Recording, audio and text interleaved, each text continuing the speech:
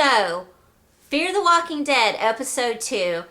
Guess what? Absolutely loved it. I told you guys. I told you we got to suffer through the pilot and everything would be okay. And I think I was right. I think I delivered. You're welcome. But before I get started on how awesome this episode was, I just want to point out something real quick. This is an argument that I've been having forever that kind of got in my point. It's been proven. Two things. One, teenagers never answer the phone, especially when they see mom or dad. Never. Never. I don't have to elaborate, but you saw it tonight. Two, they don't listen to their parents, ever.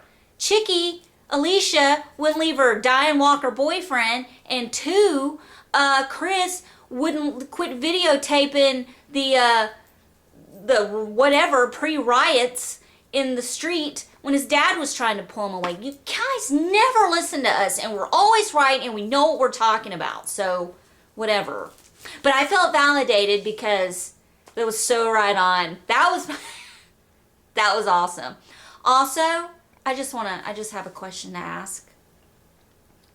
Can I have my knife back now? Holy shit. When Tobias, who I love and I was wrong, yes, he's back.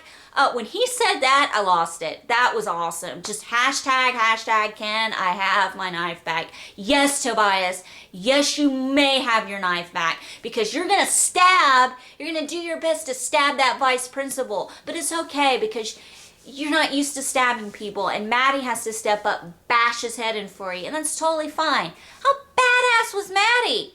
Hello? She took that vice principal down. That wasn't even her kid she was defending. Can you imagine what's going to happen when somebody attacks her own family? Can't wait. The crazier, the more violent, the better. Love it. Yes. So let's get into it a little bit. So human nature. We learned a little bit about human nature tonight in Fear the Walking Dead. You kind of learn how people are processing what's going on. Nick said it best. People are just going on with their daily life, acting like it's not going on. You want to know why? The psychology of it all? Because if you admit it's happening, then you have to admit it's happening. If you talk about it out loud, you have to listen and you have to deal with it. And how do you process the unknown? How do you deal with the unknown? Do you keep it to yourself? Do you not tell your neighbor who's taking down the moonwalk from her daughter's birthday and let the other walker neighbor attack her and rip her to shreds?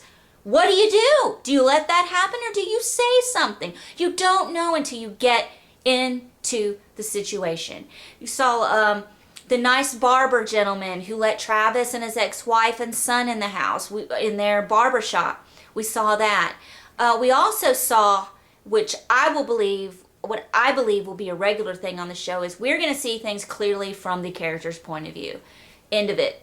Period. In a story. It's all going to be from their point of view. I think if you're waiting to see what's going on the other side of the door, you will be disappointed. I think everything is going to be from the character's point of view. And you know what? I don't have a problem with that. I really don't. I think that's kind of cool and it works for me. It works for me. You know, the unknown. It's scary. It's really, really scary. I have some character comparisons I want to make real quick and prophecies I believe will be fulfilled. One, Nick. I believe Nick will sober up, clean up, and become a badass. I do. I believe he will become a super badass. He will get a brush and some dry shampoo and take care of that shit on his head. And I think he will become a super badass. I mean, his mom's already badass. Look what she did in the school. I think Travis will be the compass. He will be the Herschel. I feel like he will be like a Herschel type kind of Carol, where he will have to kind of learn to pounce. As where Nick will be like a Daryl character, and Maddie, the mom, is like Rick. And then you have Alicia, who to me is like a combo of Andrea and Carl. You know, she's just bitchy for no fucking reason and then doesn't fucking listen for nothing. So we have that. And I haven't really filled out the other characters yet. I could kind of see Chris, Travis's son, as a Sophia maybe, but not quite. I don't know. Like I said, I haven't really paid that much attention, but I probably expendable like his mom. Sorry, but true. One other thing. Back to human nature. We're seeing how cops are defending themselves, shooting at walkers who are coming towards them, and they're defending themselves.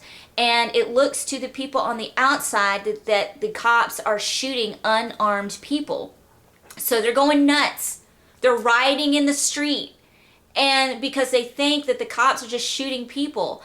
And they're not. They are shooting walkers. They are shooting people who are a threat. And once again, headshots have been established. We see Maddie bashing the vice principal's head with a fire extinguisher.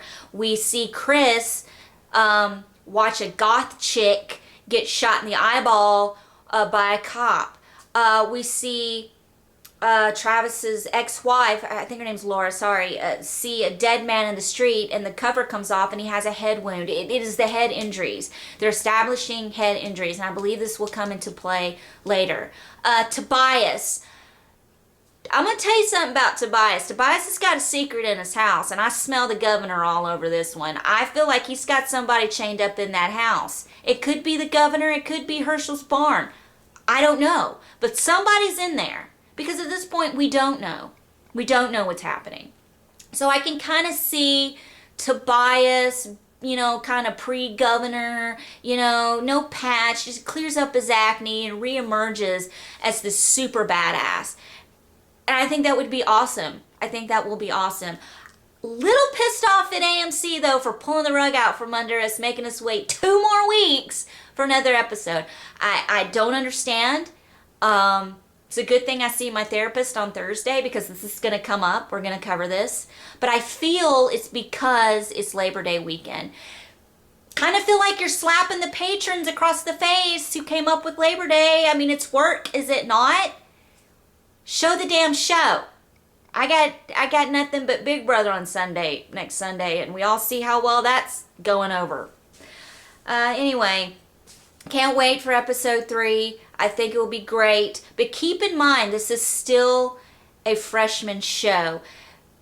You've got a great episode number 2. Number 3 could be mediocre, but 4 could be great. But it's like The Walking Dead does to us.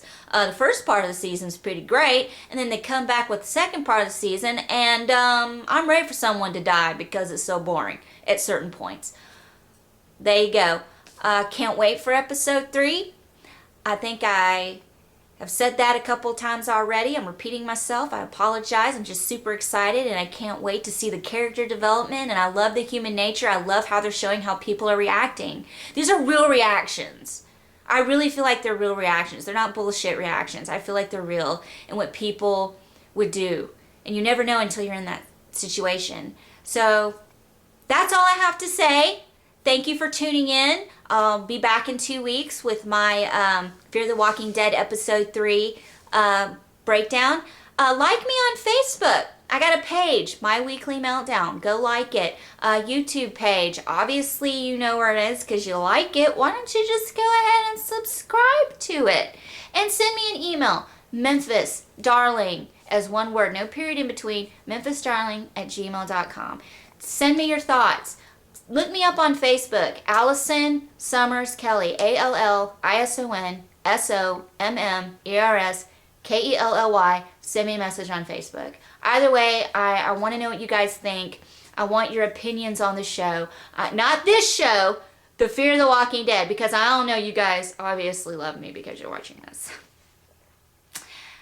So with that being said, I hope you all are doing what you were meant to be doing, and I hope you're all happy with what you're doing. And if you're not, make that fucking change and leap of faith. What are you waiting for? What? You want to die in your cubicle coffin? Pfft, that doesn't sound like fun, does it? You're just going to be another walker, and then we all have to pounce on you to death until we figure out how to kill you, which is a headshot. Okay, with that being said, good night.